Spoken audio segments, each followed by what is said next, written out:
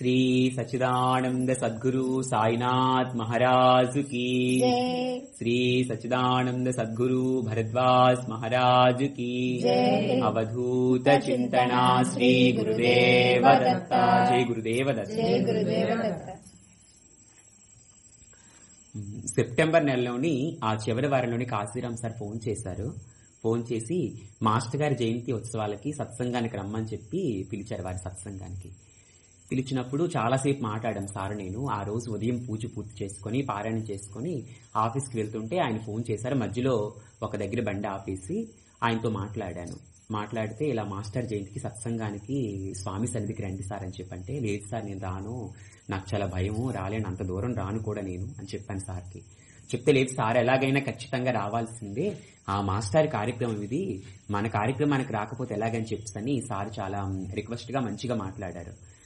లేదు సార్ నాకు భయం కొంచెం, నేను చెప్పలేను, అయినా మాస్టర్ గారి గురించి మీకు తెలివి నాకేం తెలుసు, నేనేం చెప్పేస్తాను నాకు సరిగ్గా తెలియదు, అలవాటు కూడా లేదు. మా ఏరియాలో అయితే ఎలా చెప్పినా పర్వాలేదు, చాలా మంది ఉంటారు, బాబా గురించి మహనీయుల గురించి రాముల వారి గురించి మాట్లాడుకుంటాం, అంత దూరం అంటే చాలా మంది ఉంటారు, అక్కడ అందరూ తెలిసిన వాళ్ళు కదా, నాకేం రాదు సరిగ్గా, నేనేం చెప్పలేను సార్ అని చెప్పి చెప్పాను సార్కి. చెప్తే సార్ ఎలాగైనా సరే ఖచ్చితంగా రావాల్సిందే అని చెప్పని సార్ చెప్పారు. మాస్టర్ గారి కార్యక్రమం ఖచ్చితంగా రావాలని చెప్పేటప్పటికి ఒప్పుకున్నాను. సరే సార్ వస్తాను, సరే మహాత్ముల సన్నిధిలో సత్సంగం చెప్పే అవకాశం రావడం అనేది చాలా అదృష్టం, అసలు ఎవరికి పెడితే వాళ్ళకి రాదు కదా, స్వామి అనుగ్రహం ఉంటేనే వస్తుంది, ఖచ్చితంగా వస్తాను సార్ అని చెప్పి నేను సార్కి చెప్పాను. సరే అని చెప్పని సార్ నేను మాట్లాడాక, సరే సార్ నేను ట్రైన్స్ అవి చూసుకుంటానండి, మీరేం వరీ అవ్వకండి, నాకు మీరేమి ఇవ్వాల్సిన అవసరం లేదు, నేనే వస్తాను, అప్పుడు ఏదైనా ట్రైన్ చూసుకుని ఆ టైంకి నేనే సత్సంగానికి వచ్చేలా ఉంటానని చెప్పి సార్కి చెప్పాను. వెంటనే సార్ ఫోన్ కట్ చేస్తే నేను ఇంక వెళ్ళిపోయాను. ఇంక ఎప్పుడైతే సార్ ఫోన్ కట్ చేసేసారో నాకు చాలా భయం పట్టుకుంది. ఎందుకు సత్సంగానికి అంత దూరం ఎందుకు, ఇక్కడ చక్కగా మన మాస్టర్ గారి జయంతి చేసుకుంటాం కదా, అంత దూరం వెళ్లాల్సిన అవసరం ఉంది, అయినా అక్కడ ఎలా ఉంటుందో, అక్కడ వాతావరణం కూడా మనకు అలవాట్లేదు, ఆ స్వామి గురించి కూడా సరిగ్గా మనకేం తెలియదు, ఎందుకు అంత దూరం అని చెప్పని అనిపించింది నాకు.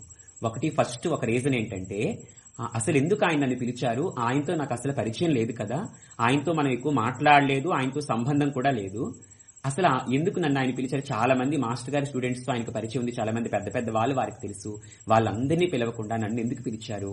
బహుశా మాస్టర్ గారి విగ్రహ ప్రతిష్ఠ అక్టోబర్ 30 తారీఖున జరగొచ్చు, ఆ 30 తారీఖున విగ్రహ ప్రతిష్ఠకి అంతమంది వెళ్ళుండొచ్చు, అందుకని ఎవరిని పిలిచినా ఎవరు రామని అనేసి ఉంటారు, అందుకని ఎవరూ లేరు కనుకని చివరగా నన్ను ఆప్షనల్ గా నన్ను ఎవరొకరిని పిలవాలి కదా అని చెప్పి ఆ విధంగా పిలిచారేమో అని ఒక రీజను.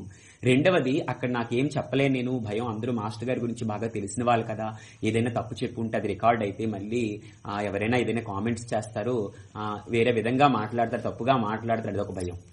మూడవది, అంత దూరం ఎలా వెళ్ళగల నేను, హాలిడేస్ కూడా పోస్ట్ ఆఫీసులు ఇవ్వరు, చాలా దూరం కదా, ఒక 2-3 రోజులు పడుతుంది వెళ్ళి వచ్చేసరికి, ఎప్పుడు వెళ్ళలేదు కూడాను, హాలిడేస్ ముఖ్యంగా పోస్ట్ ఆఫీస్ వాళ్ళు ఎవరు కనుక వెళ్ళలేనని చెప్పి అనిపించింది. ఈ 3 రకాల భయాలు వేధించానన్ని.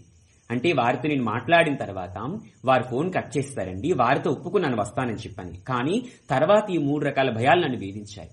ఒకటి, వారు నన్ను ఎందుకు పిలిచారు, ఎవరు రామనేసి ఉంటారు, అందుకు ఎవరో ఒకరిని పిలవాలి కనుక నన్ను పిలిచి ఉంటారు, బహుశా మాస్టర్ గారి జయంతి రోజు ఒంగోలులో విగ్రహ ప్రతిష్ఠ జరగాల్సి ఉందేమో, అందరూ ఆ విగ్రహ ప్రతిష్ఠకు వెళ్తాం కనుక ఎవరు రామని చెప్పుంటారు, అందుకే నన్ను ఎవరు రామని చెప్పన్నారు కనుక అందుకు నన్ను పిలిచుంటారేమో అని చెప్పి అనిపించింది.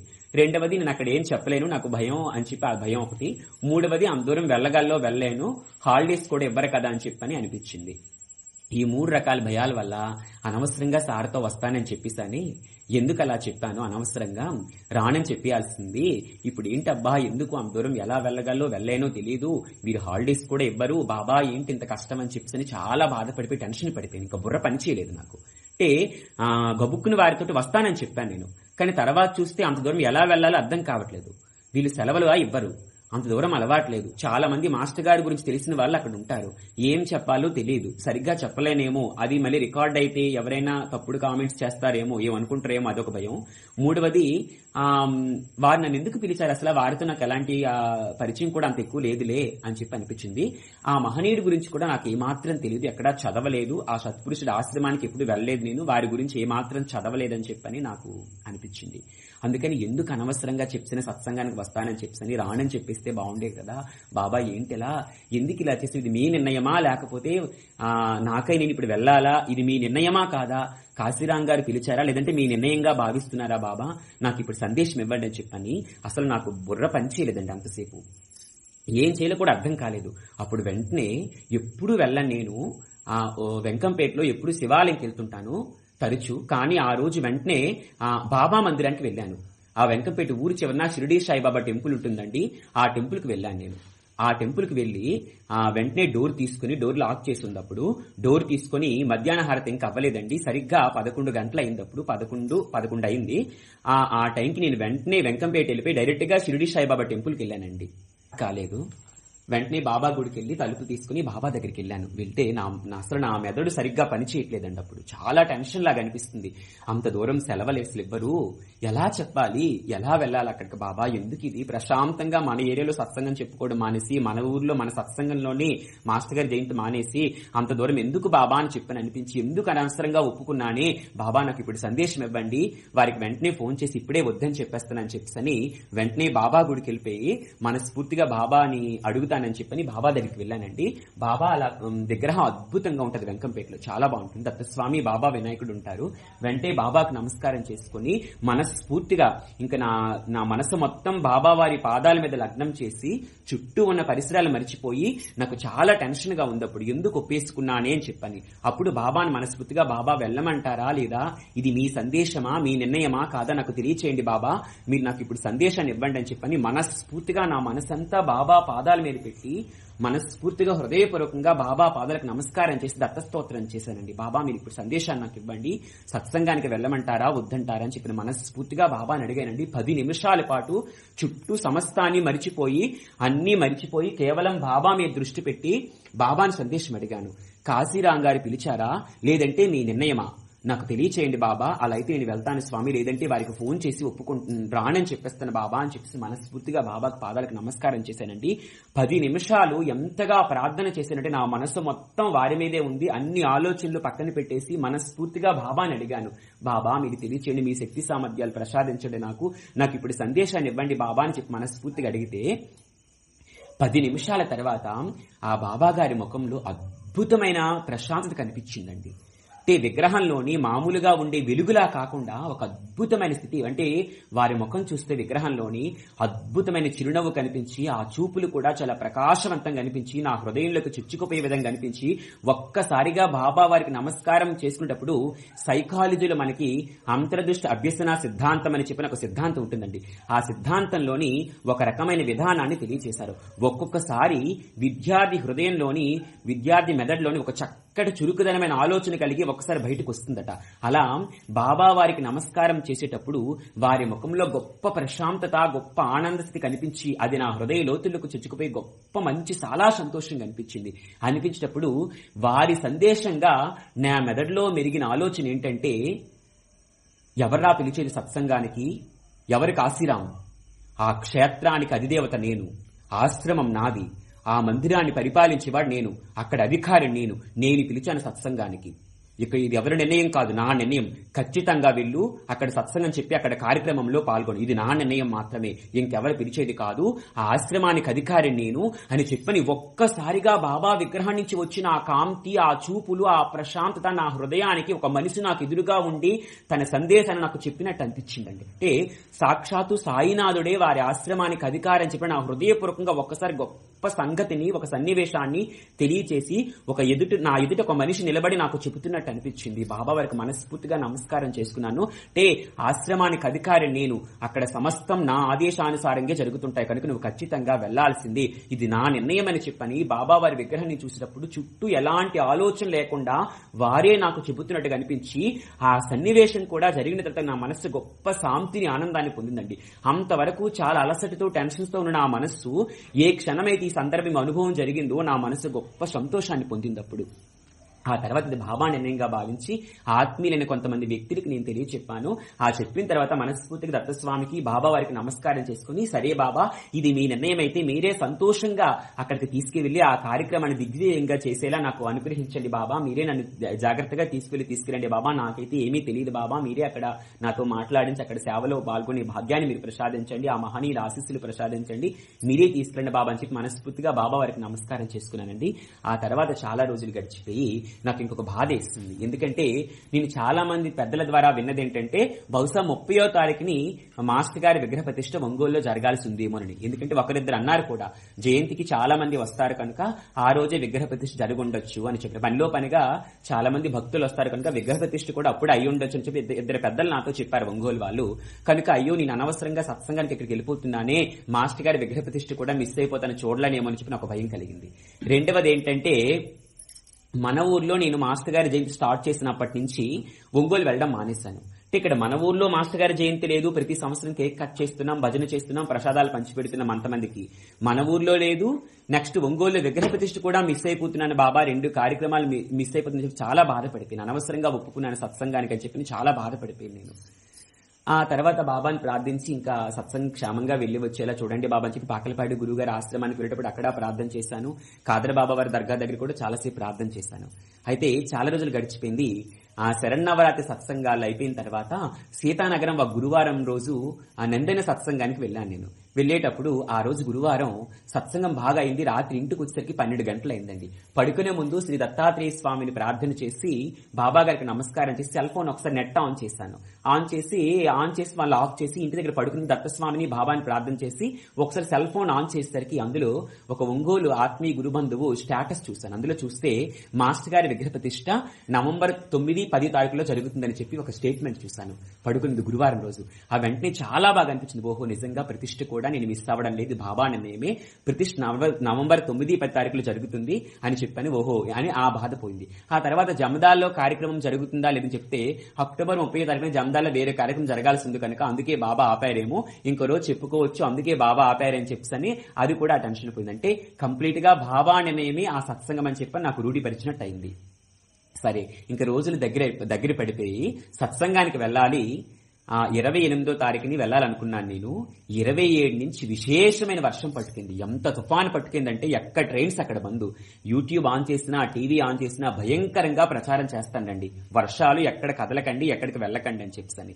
అయినా సరే బాబా ఇది మీ నిర్ణయం అయితే నాకు తీసుకెళ్ళండి అని చెప్పి ఇంటి దగ్గర బయలుదేరి అంత వర్షంతో కూడా స్కూటీ విడిచిపెట్టి బయలుదేరి వెంకంపేటలో ఆఫీసులో లెటర్స్ అని కూడా నడుచుకుని పనిచేసి ఒక్క ట్రైన్ కూడా ఉదయం 10 గంటలప్పుడు ఏ ట్రైన్స్ క్యాన్సిల్ కాదండి, మధ్యాహ్నం 12 గంటలకు చూసరికి అన్ని క్యాన్సిల్ అయిపోయి సమతా ట్రైన్ ఒక్కటే ఉంది. కానీ కొన్ని అనివార్య కారణాల సమతా ట్రైన్ మిస్ అయ్యాను నేను. ఎందుకంటే సమతా ట్రైన్ కి నేను ఎక్కినట్టయితే వైజాగ్లో వేరొక ట్రైన్ ఉంది, అది ఒక్కటే ఉంది. మిగతా ఈ ట్రైన్స్ కూడా విజయవాడ వైపు వెళ్లేవి అన్ని క్యాన్సిల్ అయిపోయి ఆ రోజు ఒక్క ట్రైన్ కూడా లేదు.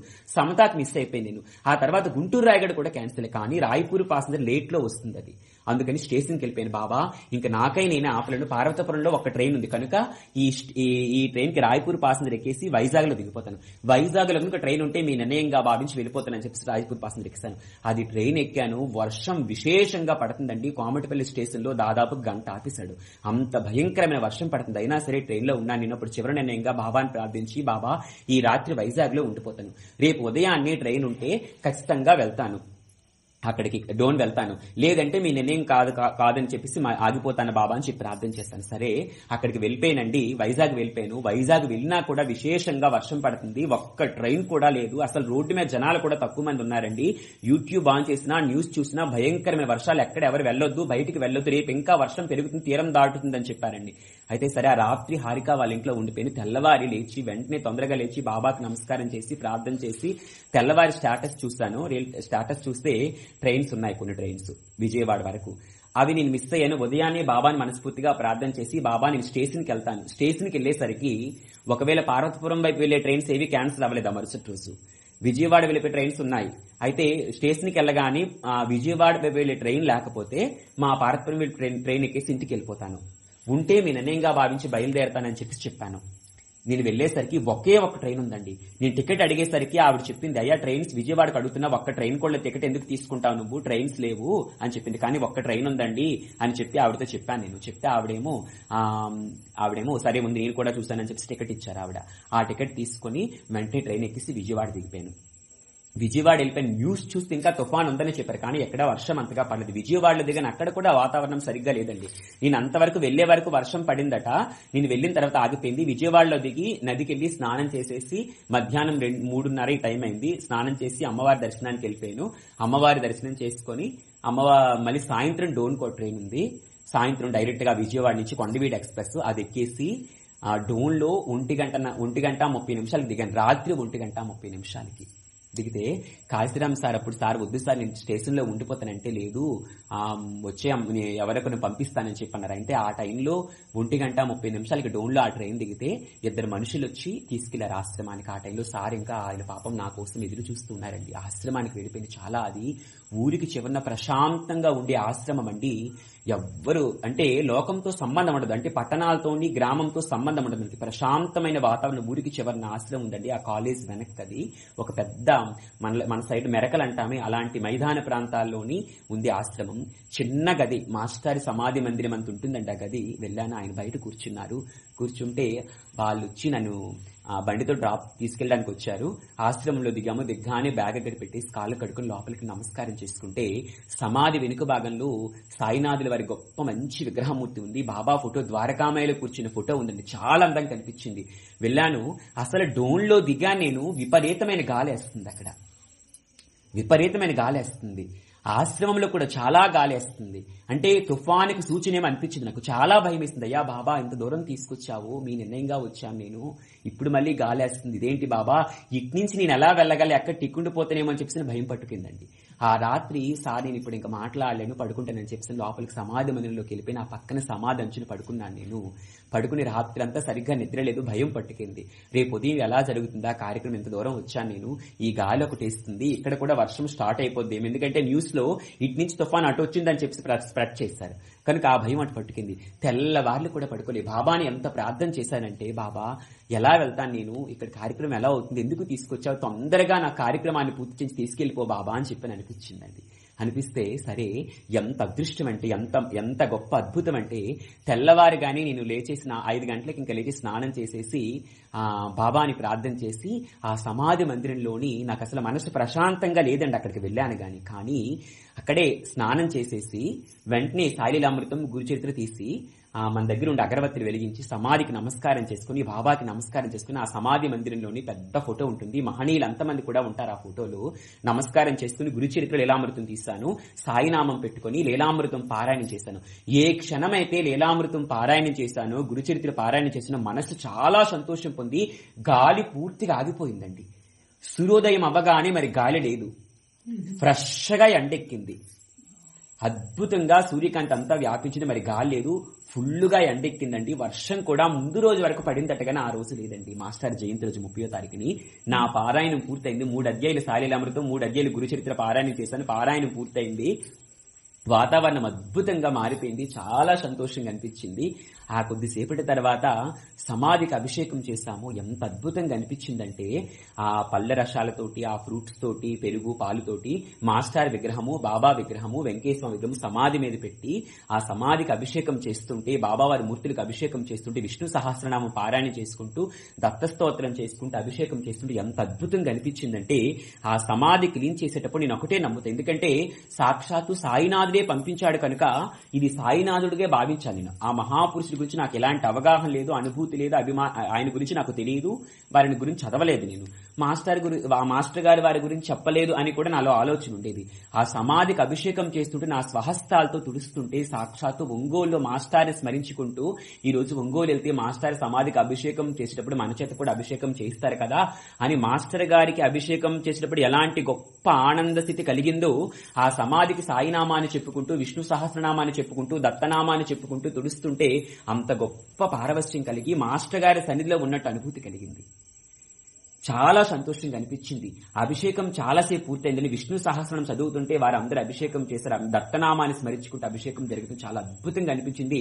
నా మనసంతా మహనీయుడు ఎవరో కాదు, వారి గురించి ఎవరు కానీ శ్రీ సాయినాథుడు చెప్పారండి, సమస్త మహాత్ముల్లో కూడా నేనే ఉన్నాను. అది ఏ మహాత్ముని సేవించినా, ఏ సాధువుని సేవించినా, ఎవరికి నమస్కారం చేసుకున్నా, ఏ జీవికి సేవ చేసినా నేనే ఆ జీవి రూపంలోనే, ఆ మహాత్ముడు నేనే తీసుకుంటానని చెప్పి బాబా చెప్పారు. విశ్వమంతా తనే వ్యాపించి ఉన్నానని చెప్పిన సాలిలామృతం అద్భుతంగా చూపించింది. బాబా వ్యాపించి ఉన్నారని చెప్పని బాబా వారి గాని భావించి సమాధికి అభిషేకం చేసినప్పుడు అసలు నిజంగా బాబా వారి అనిపించింది. ఆ సమాధికి నా చేతులు తుడుస్తుంటే చాలా గొప్పగా అనిపించి మాస్టర్ గారి సమాధిని సేవిస్తున్నట్టు అనిపించింది. సాయినాథుడు అక్కడ ఉన్నారని మనస్ఫూర్తిగా అనిపించింది. తర్వాత సమాధి అదంతా బాగా చేసేసిన తర్వాత ఉదయ ప్రార్థన చేశాను. మాస్టర్ ఫోటోకి అక్కడ పెట్టాను, ఉదయ ప్రార్థన చేశాను. నా చేతులతోటే ఉదయ ప్రార్థన చేసి అష్టోత్తర పూజ కూడా చేశానండి. మాస్టర్ గారికి చేస్తుంటే నాకు సాయినాథుడు సన్నిధిలో ఉన్నట్టు అనిపించింది. చాలా సంతోషంగా అనిపించింది. ఇంకొక విశేషం ఏంటంటే అక్కడికి వెళ్ళిన తర్వాత అక్కడ మాస్టర్ ఫోటో చూసి సాయినాథుడి ఫోటో చూసి సాయినాథుడి విగ్రహం, వెంకటేశ్వర విగ్రహం చూసి నాకు చాలా సంతోషం అనిపించింది.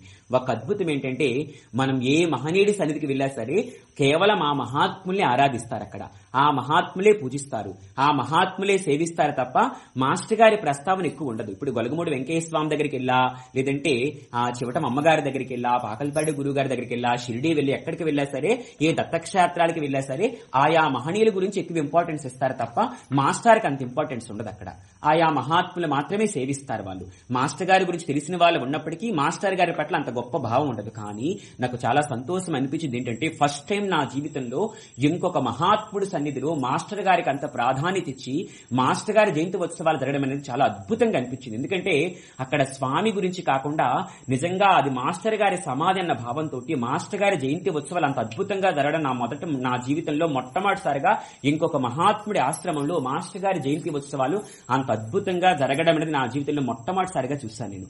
అసలు మాస్టర్ ఫోటో పెట్టి సమాధి దగ్గర అది మాస్టర్ గారికే అభిషేకం చేస్తున్నట్టు, మాస్టర్ గారికే పూజ చేస్తున్న భావంతో చేసిన భక్తులు అంతమంది కూడా మాస్టర్ గారిని పూజ చేస్తున్నట్టు అనిపించింది అక్కడట.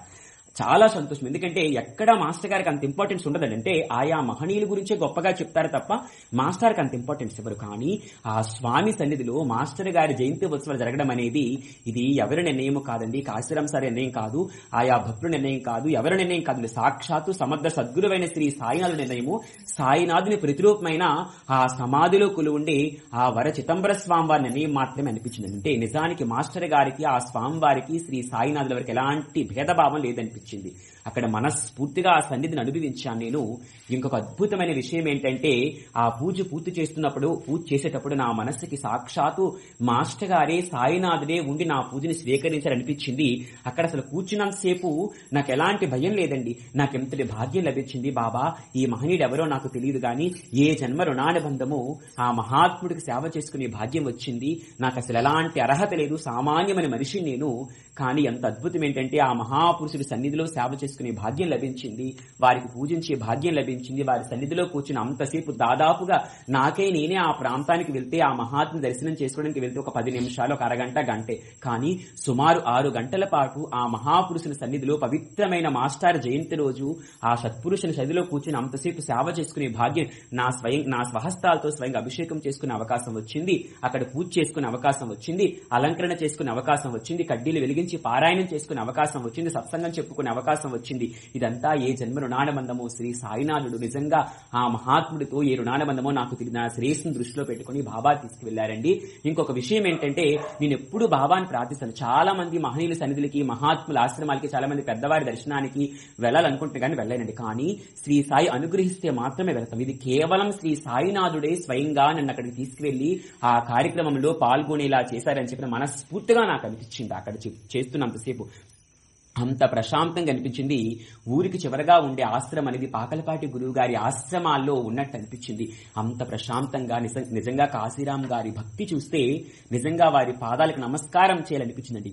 అంత శ్రద్ధ, అంత భక్తి, అంత కమిట్మెంట్. నిజంగా అసలు అన్ని అవకాశాలు ఉండే మనమే చేయడానికి 66 రకాల ఆలోచనలు ఆలోచిస్తాం. ఆయన అంత శ్రద్ధ భక్తు నిజంగా చేశారు. అక్కడ ఆయన చేస్తున్న కార్యక్రమాలు చూస్తుంటే వారికి నమస్కారం చేయాలనిపించింది. ఇంకొక అద్భుతమైన విషయం ఏంటంటే ఆ ప్రాంతానికి అధికారి సాయి సాయినాథుడే అని చెప్పి మనస్ఫూర్తిగా నాకు వెంకంపేట బాబా మందిరంలో కార్యక్రమానికి ముందు 2 నెలల క్రితం ఆ మందిరంలో బాబా ఎలాంటి అనుభవాన్ని ప్రసాదించారో ఆ మందిరంలో ఆ మహాత్ముడికి నమస్కారం చేసేటప్పుడు నాకు అలాంటి అనుభవం నిజమని చెప్పని ఆశ్రమానికి అధిదేవత శ్రీ సాయినాథుడని, ఆశ్రమంలో సాక్షాత్తు సాయినాథుడే కొలువై ఉన్నాడని చెప్పిన మనస్ఫూర్తిగా నా హృదయానికి హత్తుకునే విధంగా అనుభవపూర్వకంగా తెలియచేశారు బాబా. ఇంకొక విషయం ఏంటంటే అక్కడ అభిషేకం చేసేటప్పుడు నేను దిగంబర నామాన్ని, దత్తనామాన్ని స్మరించనండి. విష్ణు సహస్రనామాన్ని కూడా చేశాను. అక్కడ నేను నా స్వహస్తాలతో స్వామివారికి, బాబావారికి, వెంకటేశ్వర స్వామివారికి, ఆ మాస్టర్ గారికి అభిషేకం చేసేటప్పుడు దిగంబర దిగంబర శ్రీపాద వల్లభ దిగంబర అని చెప్పాను నేను. మిగతా వాళ్ళంతమంది కూడా శ్రీపాద వల్లభ దిగంబర అని చెప్తుండారు. దిగంబర దిగంబర శ్రీపాద వల్లభ దిగంబర, దిగంబర దిగంబర శ్రీ అవధూత చింతన దిగంబర అని చెప్పాను. కానీ విచిత్రం ఏంటంటే దిగంబర దిగంబర శ్రీపాద వల్లభ దిగంబర, దిగంబర దిగంబర అవధూత చిదంబర దిగంబర అని వినిపించింది. నాకు నా చెవిలో పడింది.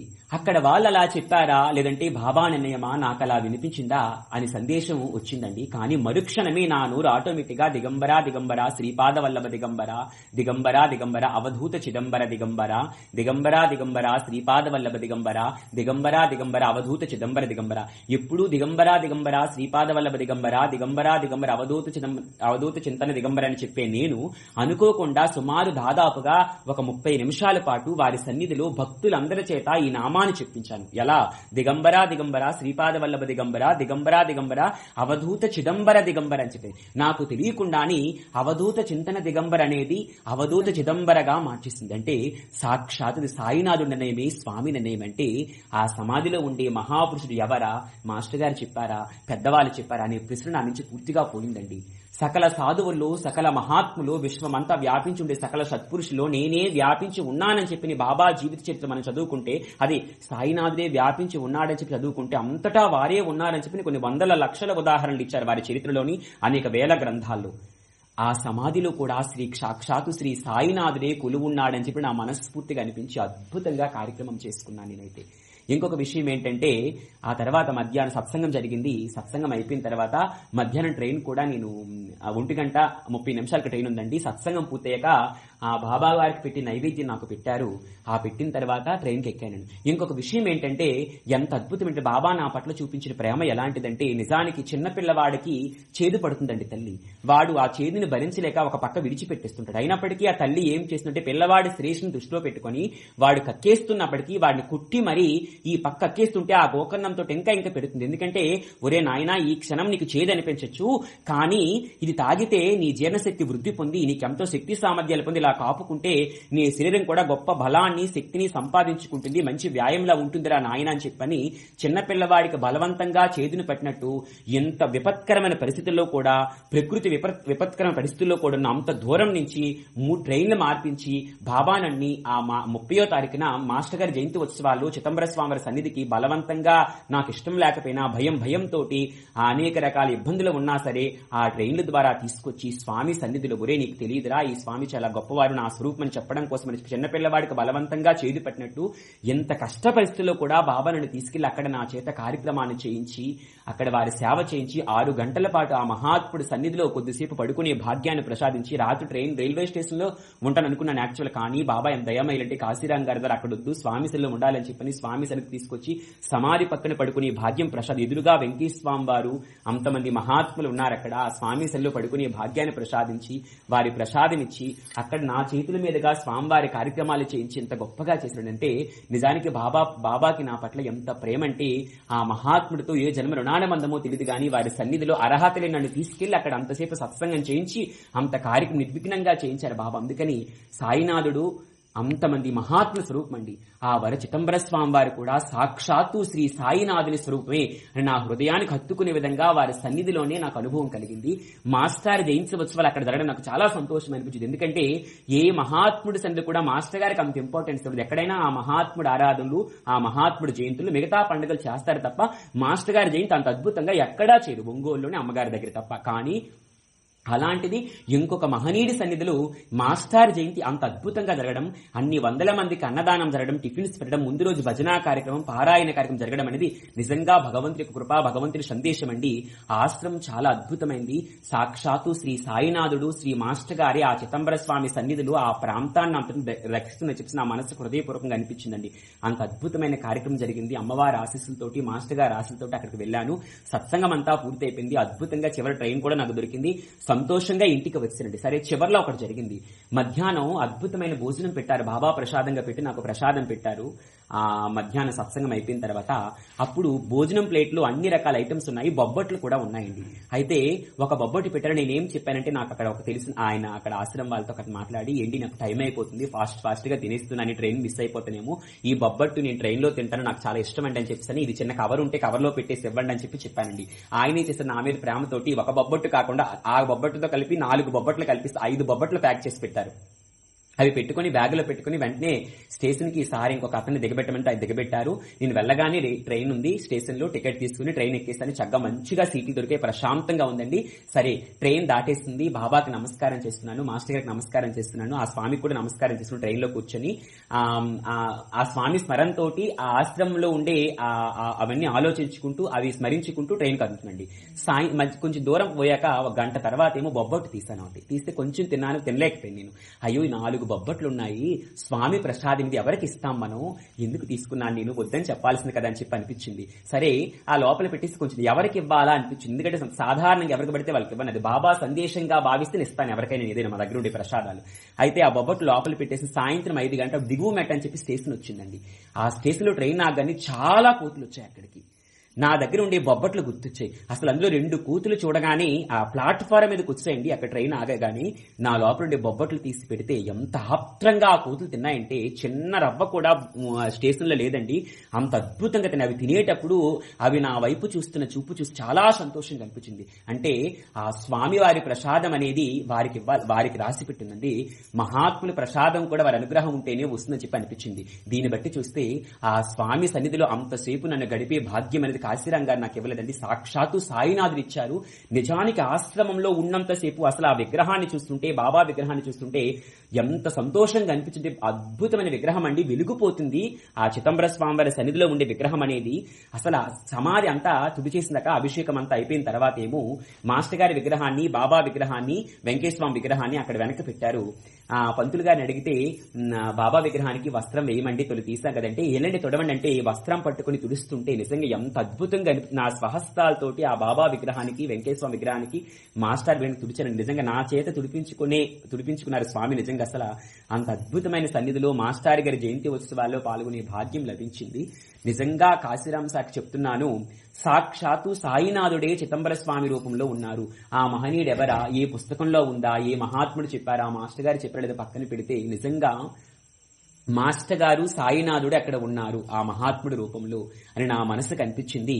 సమస్త మహాత్ములు కూడా సాయి స్వరూపం. నేను మొట్టమొదటిసారిగా షిరిడీ వెళ్ళేటప్పుడు బాబాని అడిగాను, బాబా నాకు మహాత్మ దర్శనం ప్రసాదించండి, సత్పురుషుల దర్శనం ప్రసాదించండి, సద్భక్తులతో సాంగత్యాన్ని, స్నేహాన్ని ప్రసాదించండి బాబా అని చెప్పని మనస్ఫూర్తిగా మొట్టమొదటిసారిగా షిరిడీ వెళ్ళేటప్పుడు బాబాని అడిగానండి.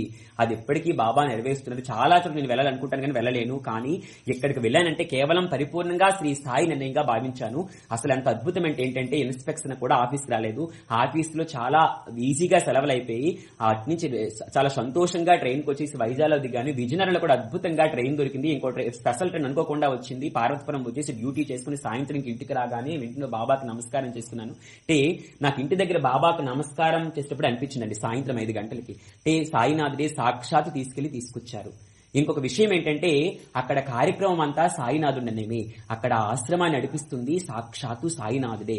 కాశీరాం సార్ వెనుక సాయినాథుడే ఉండి ఆశ్రమాన్ని నడిపిస్తున్నారని చెప్పి నా మనస్ఫూర్తిగా నా హృదయానికి అత్తుకునే విధంగా జరిగింది. అంతటి మహత్కార్యంలో పాల్గొనే భాగ్యం నిజంగా బాబా ప్రసాదించారు. అలాంటి మంచి సన్నిధిలో పాల్గొనే భాగ్యం నిజంగా సాక్షాత్తు మాస్టర్ గారే సాయి ప్రసాదించారని మనస్ఫూర్తిగా నా హృదయానికి అనిపించింది. చాలా సంతోషం. ఎప్పటికీ కళ్ళు మూసుకుంటే తలుచుకుంటుంటే చిదంబర స్వామి సన్నిధిలో ఉండే బాబా, ద్వారకామాయిలో ఉండే ఆ ఫోటో, ద్వారకామాయిలో బాబా కూర్చుండే ఫోటో, ఆ వెనుక ఆ గ్రంథాలు, ఆ మహాత్ముల ఫోటో అంతా ఒకటి ఉంటుంది. ఆ ఫోటో, స్వామివారి విగ్రహం, బాబా విగ్రహం చూసి చాలా సంతోషంగా అనిపించింది. ఆ స్వామి సమాధి కూడా నమస్కారం చేసుకుంటే నిజంగా కళ్ళు మూసుకుంటే ఆశ్రమం ఎప్పటికీ కనిపిస్తుంది. ఆ చిదంబర స్వామి ఆశీస్సులు, మాస్టర్ గారి ఆశీస్సులు, సాయినాథుడి ఆశీస్సులు, దత్తస్వామి ఆశీస్సులు మన అందరి పట్ల ఎల్లప్పుడూ ఉండాలని చెప్పని మనస్ఫూర్తిగా కోరుకుంటున్నాను. వారి అనుగ్రహ ఆశీస్సులు ఇప్పుడు ఉండాలి. ఆశ్రమంలో కూడా మంచి మంచి కార్యక్రమాలు ఇంకా జరగాలి. మళ్ళీ వారి దర్శనం, ఆశ్రమంలో కార్యక్రమాల్లో పాల్గొనే భాగ్యం మరొకసారి మళ్ళీ ఎప్పుడైనా ఇమ్మని బాబాని, మాస్టర్ గారిని, స్వామిని మనస్ఫూర్తిగా కోరుకుంటున్నాను. కాశీరాం సార్కి ప్రత్యేకంగా కొన్ని వందల సార్లు నమస్కారం తెలియజేసుకుంటున్నాను. ఎందుకంటే వారి అనుగ్రహం, వారి అవకాశం ఇవ్వడం వల్ల బాబా అనుగ్రహం వారి ద్వారా నాకు వచ్చి ఆ మహాత్ముడి సన్ని దర్శన భాగ్యం ప్రసాదించబడింది. చాలా సంతోషపడ్డాను. నిజంగా మాస్టర్ గారి జయంతి మా ఊర్లో లేను అనే బాధ నాకు లేకుండా పోయిందండి. అక్కడ కూడా మాస్టర్ గారి సన్నిధిలో ఉన్నట్టు అనిపించింది. నా ఇష్టం వచ్చినట్టుగానే విగ్రహ ప్రతిష్ఠ కూడా నవంబర్ 9 జరుగుతుంది. అక్కడ కూడా తీసుకెళ్తారని చెప్పి ఆశిస్తూ మాస్టర్ గారి ఆశలు మన అందరి పట్ల ఎప్పుడు ఉండాలని చెప్పి మనస్ఫూర్తిగా కోరుకుంటున్నానండి. సాయినాథ్ మహారాజ్ కి జై, దత్తప్రభు మహారాజ్ కి జై, వర చిదంబర మహారాజ్ కి జై, భరద్వాజ్ మహారాజ్ కి జై, శ్రీ గురుదేవ దత్త. సర్వం శ్రీ పరబ్రహ్మ చరణారవిందార్పణమస్తు, సాయినాథార్పణమస్తు. సర్వే జనా సుఖినో భవంతు, లోక సమస్తాని సుఖినో భవంతు. ఓం శాంతి, ఓం శాంతి. శ్రీ గురుదేవ దత్త. సాయిరామ్.